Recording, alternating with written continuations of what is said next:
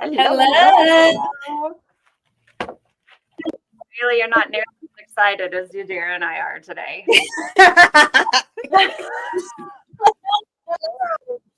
Why aren't we excited, Bailey? I thought it was going to play the theme song. It didn't. Oh, I'm sorry. I didn't explain myself in advance. So even though the song is free, somebody still owns it. So we're not able to earn any of our stars that we get or anything. It goes to the owner of that song. So I have to change our intro. Well, we can still sing it. Got You're it. my That's best friend. Right? What did you say? I was like, oh, wait, we started. The music wasn't there. That's why I was confused. Good So Lord. yes, new intro coming Sorry. soon.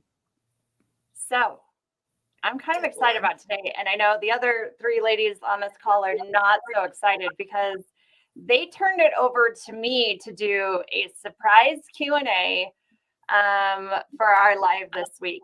So anybody that has watched these Q&As that Veronica just randomly pulls these thoughts and these ideas out of her head, apparently they're entertaining and we continue to do them. Not quite sure why or how, but they are. Right. Kayla. Okay, so one of the things, I want to dig more into kind of getting back to the basis of Women of FWA and like who we are and different avenues and resources and just questions and all of this. And one of the things that is really starting to play a huge vital role in society in general right now is AI.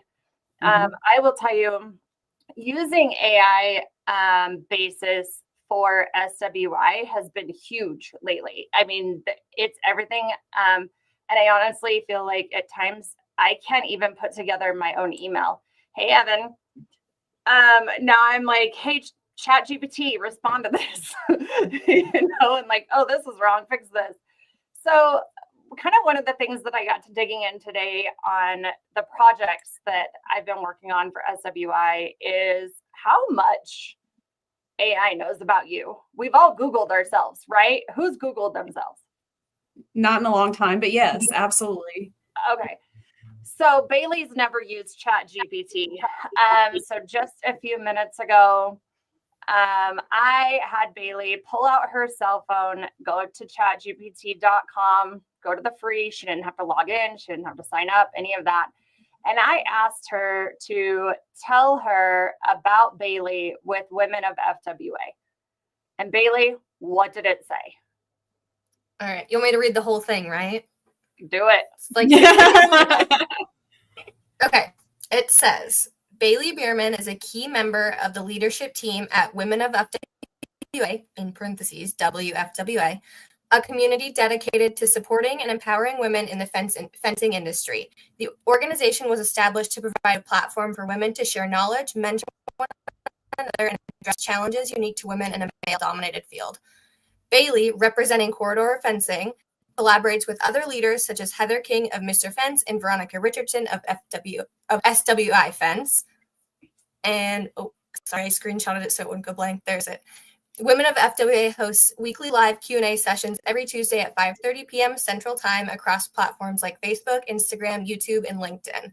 These sessions cover a range of topics from pricing strategies to balancing work and family life, providing valuable insights for women in the industry. Like, how cool. I love it. So, I get goosebumps because this is showing that what we're doing is actually making an impact across the industry and is making some, serious footprints. So, I asked for some quick behind the scenes leadership in action for Women of FWA, building the leadership team. They actually formed a core of a leadership group. They meet weekly to plan, grow, and welcome new leaders to the group on a daily basis. Oh, we lost Bailey. Did you hang up on her?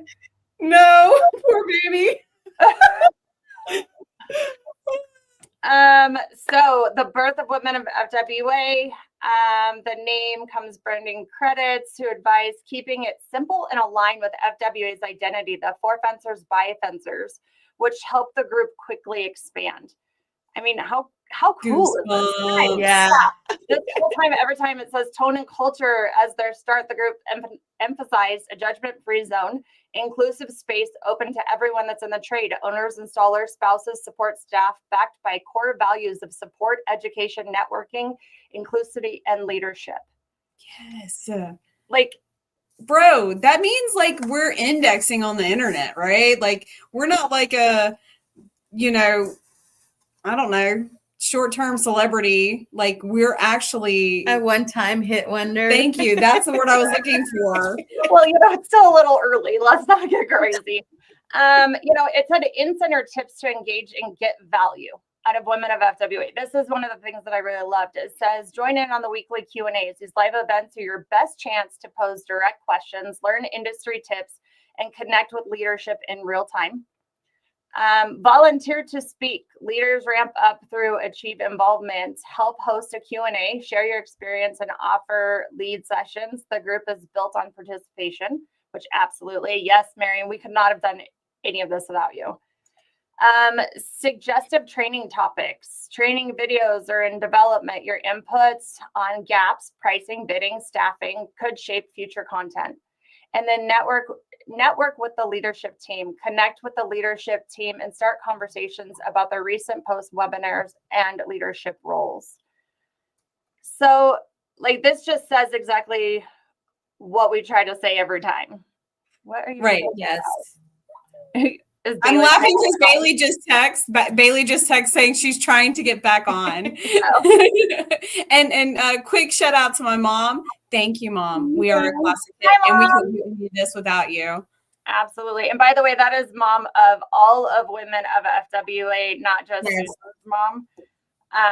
So it's kind of a thing. So I've got some questions based off of this information. And here comes Bailey. So we'll get to her. So the first one I'm going to ask, Susan, when did you first realize that the women were such a vital point in this industry? And how did you spark your vision on that? Like you were the one that approached all of us. I don't think this is a fair question because in my mind, initially, it was the same reaction as yours. Why do we need this, right? Like, No, wait a minute. That wasn't, I didn't say why. well, okay, you're right. I didn't say why. I just said that we need to do something that is totally not what anybody else is doing in the industry. We're missing such a key part of it. Right.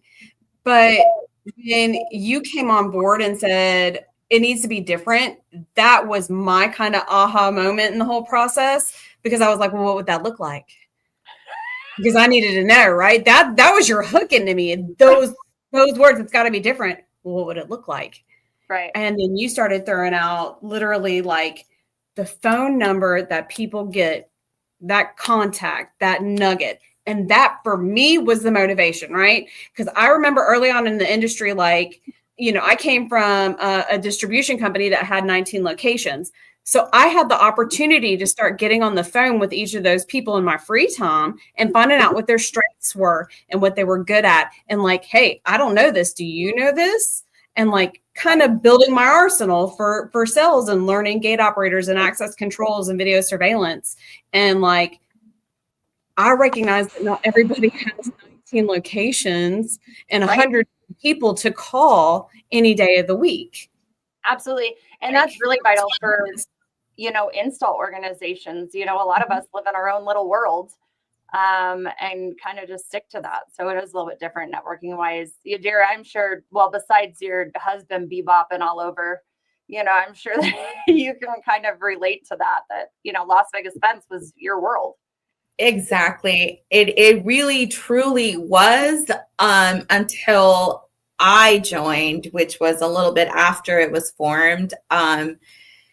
And I feel like I'm a lot more connected to the fence industry than I was before because you bury your face into what's in the present and what your day-to-day activities. But now just having all of you guys, it opens my eyes to how much more we can achieve, how different we can do things, how we can do things a lot more efficiently. So it's a world of things that we can, Absolutely. that I've learned. Bailey, what was, I'm going to kind of piggyback on that for Susan. What was that moment that you're just like, absolutely, I'm in, besides Susan getting, feeding people drinks and then being like, hey, do you want to do this? And then she's like, you can't back up. She didn't want to answer that question. I'm going to answer for her. I basically told her she didn't have a choice. Yeah.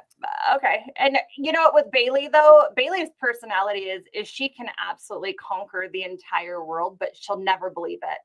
And I think I can openly say this as a woman on this leadership team, as well as, Bailey and I have become friends through all of this, is that sometimes you just have to kick that baby bird out of the nest and tell her she's got it. And she freaks out and says she doesn't. And then all of a sudden she surpasses everything that you can imagine. Exactly.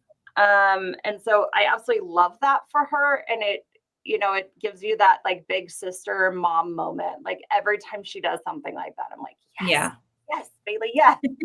Bro, we got these comments going wild up in here. We got JC Gurry. By the way, on Wednesday night, they are hosting that's October 1st. They're hosting their 75th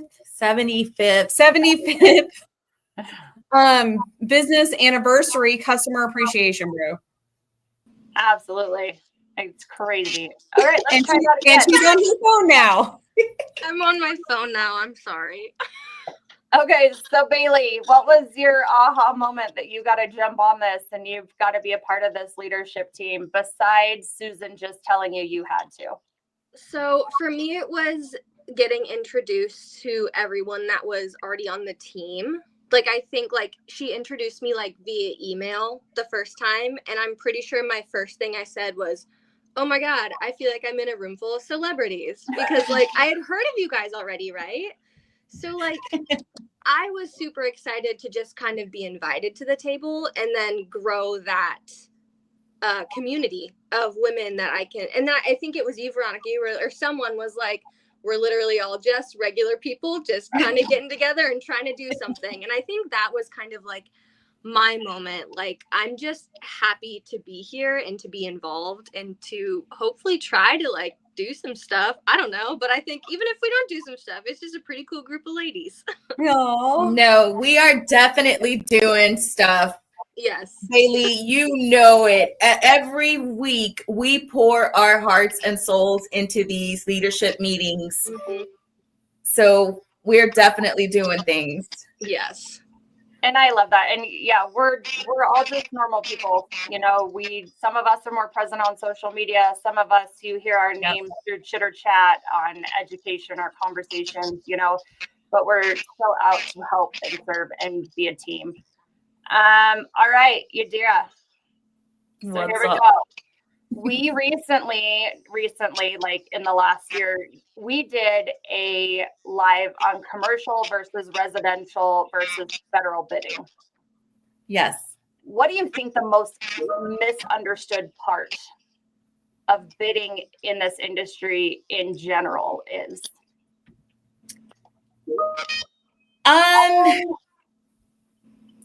The most misunderstood part in bidding. Mm-hmm.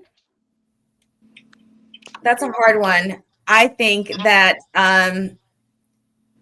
in my personal belief and from my personal experience in the area that I'm in Las Vegas, it is the belief that you cannot get a deposit from a general contractor. That's very true. That's very true. And a lot of people don't even know, that you can ask this. You can set this as, part of your conditions and Exactly. revise that. Are you going to get some pushback? Are you going to get some fight? Yes. Absolutely. 100% you're going to get some pushback, but I can guarantee you that you can get a deposit out of a general contractor for sure. Absolutely. Okay. So Susan, let's go back to your aha moment. When you're building this team and we were doing the foundation work, what was your biggest aha or oh shit moments that we've had through this, because you've cursed me out about these Q&As a lot of times. So you can't use that one anymore. Okay, I'll give you that. My biggest oh shit moment, and I've had several, and it's probably more of a me issue than an everybody else issue,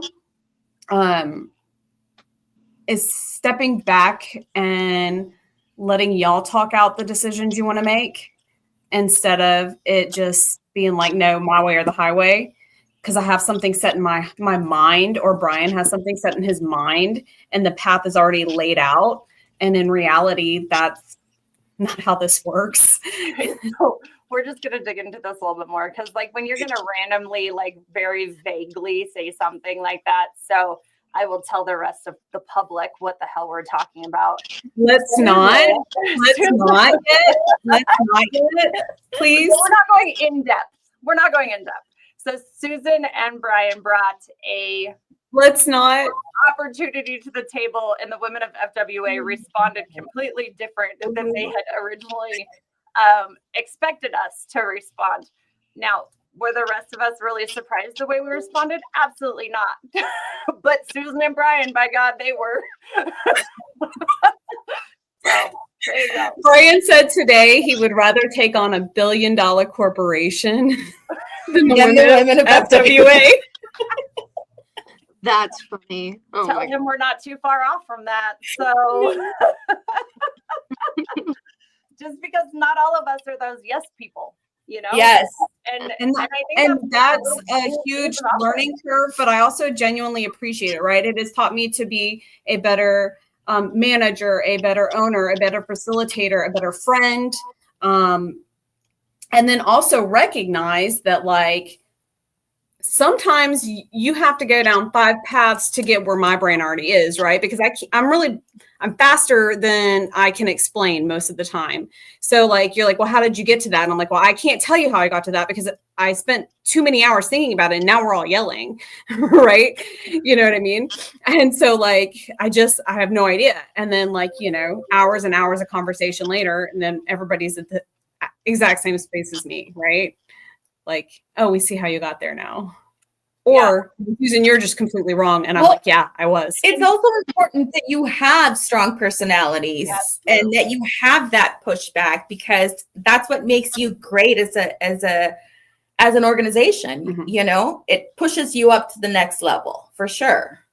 Absolutely. Right. So I'm going to jump to you, Dira, real quick, because this is a great question for you. And it says leadership roles often involve hard conversations. So we've had a live about having those hard conversations. What challenges have you navigated to help women of FWA in regards to hard conversations? Last week, I told her to take her glasses off, pull her hair down, and hang out a shoulder to get her away. I'm just going to leave that there. And we got our way. We got our way. I'm glad there's no HR other than Yadira for FWA, considering. Yeah. What challenges have I had to take on? We've had to make some hard decisions. The nice thing about it is that when you have a team in place, you don't make those decisions by yourself. Right.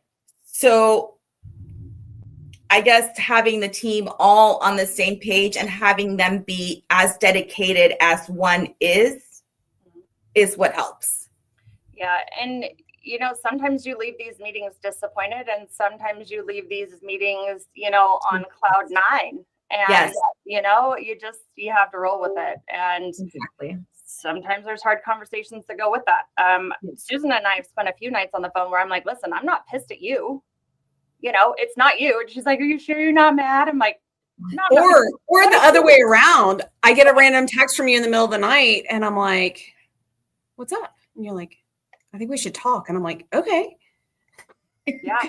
Oh, I thought you were mad at me. I was like, oh, I haven't thought about that twice since. All right, Bailey.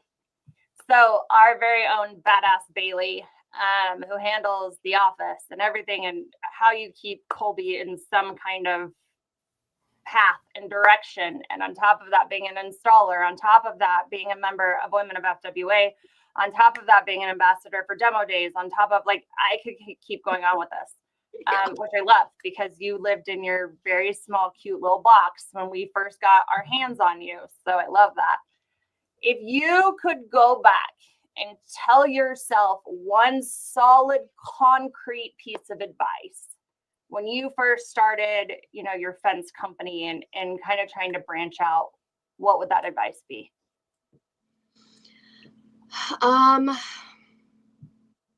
Like specifically with our company or with the Women of FWA? Let's do both. Okay. So with the company, I would say to myself to not be scared to jump in head first, honestly. It took me a while to be like fully immersed in the fence world and everything like that, because I was like, well, if I leave my full-time job, then we have that money coming in. You know what I mean? So it's like making that transition to being like more like full-time in the fence business and like part-time elsewhere. I would tell myself to just jump in right away, because we would have been further ahead with both me and Colby being all in the business right away, you know. With the Women of FWA, what? Her phone rang. We were all laughing at her. Yeah. I would say joining like the women's group, I would probably say the same thing, honestly. So I guess it kind of works for both. Like, don't be scared to like jump in and like be involved and get to know people and like understand that I can be a part of this too, you know? Absolutely. Yeah. That's why our hashtag is you can sit with us. Like, everybody, please come sit with us. You know, we're not as big and scary. Well, I am, but the rest of the group is not as big and scary as you think. All right, Susan.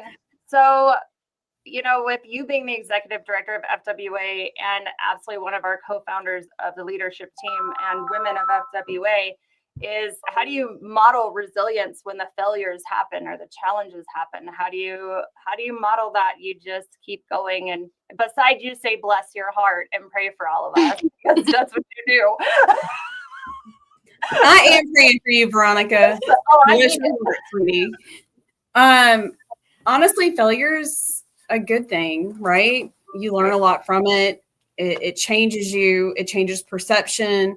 It softens you. It hardens you in all the right ways. So recognizing when there's a failure, one, actually writing it down and evaluating, figuring out what you should have done differently, what you should have done in the beginning, like all the different things, and then actually applying it and learning from it, right? Like, we're literally talking today because we're deep into fence show training and meetings right now. And we're seeing like the mistakes we made over the past 2 years that we're learning today. Something as simple as how much a printer costs. Right. Like, it's so small, but it's such a huge detail in the long run. And, you know, we were going through a third party. You don't know what you don't know until you know it. Well, But it's a learning curve. right. We all know that there will be a live sometime in 2025 with the hiring third parties through SWI. You just got to wait a little bit longer. And part of that, you got to know what you don't know. Yeah. So we're right about 25 minutes. So we're getting to the end of this. This is where Susan starts telling Veronica to shut the hell up and let's wrap this up. So that's what we're going to do. So I have one last question for all three of you. And I'm going to start with Susan and then Yadira and then Bailey. If we were to put together a vision board right now for Women of FWA for what we would look like in 5 years, what would you add to that vision board?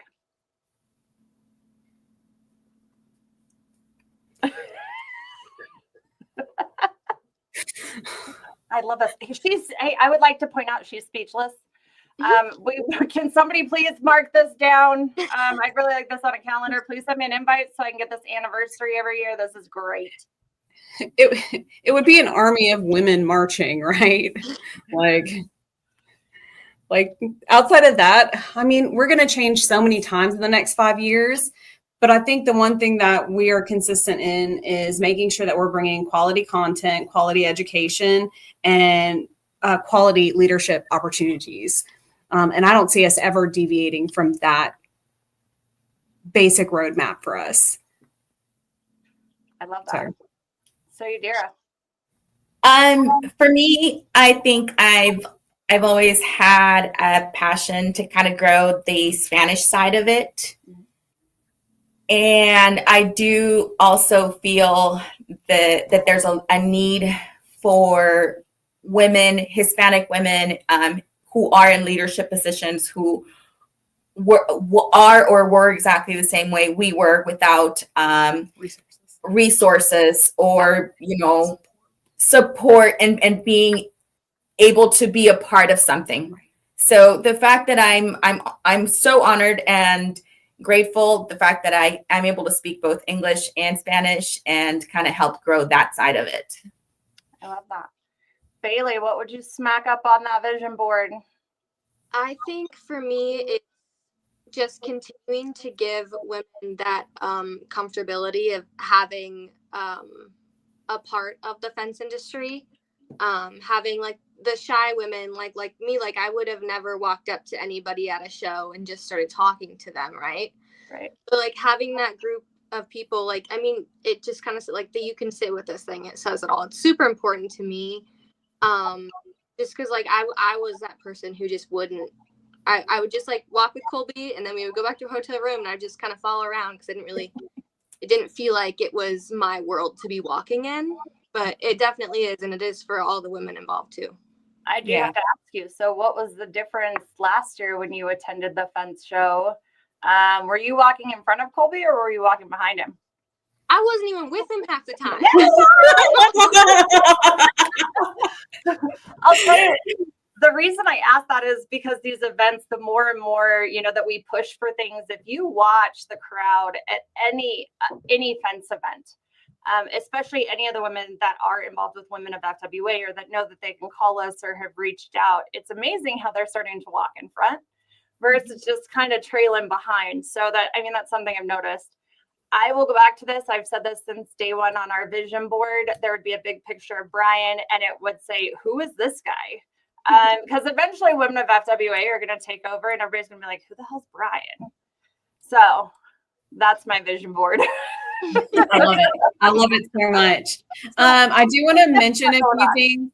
I do want to mention a few things before we close down, because I know you have an appointment and we have more meetings for the rest of the afternoon. So Women of FWA sponsorship for the booth. I am in negotiations with a couple of companies. I can't mention them yet because the ink hasn't dried. But if you are interested in helping sponsor our booth or any of our events at the Fence Show, reach out to womenofFWA@gmail.com or PM any of us. And we will find a way to get your name out there and help support you for supporting us. Also for our leadership retreat next year in Branson, Missouri on June 2026 of 2026. Good save. Love that. CMN has already agreed to sponsor our intro event and exit event. So we're going to be putting and supporting CMM in every way we can. You know what? I got to add their logo. We're getting a new background, you guys. Look, it's happening. And if you want to be a part of that or sponsor it, reach out to us at all those places again. And then, of course, don't forget to come sit with us at the Fence Show.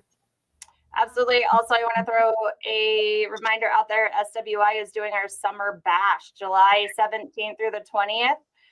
We're going to have some live demos. It's going to be a lot of just sitting around and hanging out. Like, you actually will get a tour of our offices, fireside chats, kickoff parties.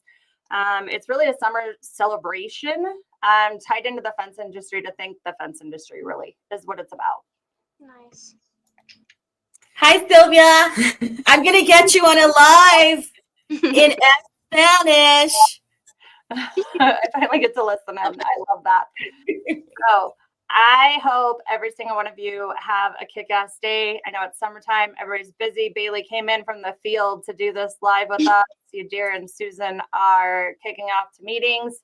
And I have an appointment at my house this evening. So I hope everybody has a badass evening and week. Let us know if we can help you with anything, and we'll see you guys next week. Thank you, guys. Oh my gosh, you're like my 13-year-old daughter.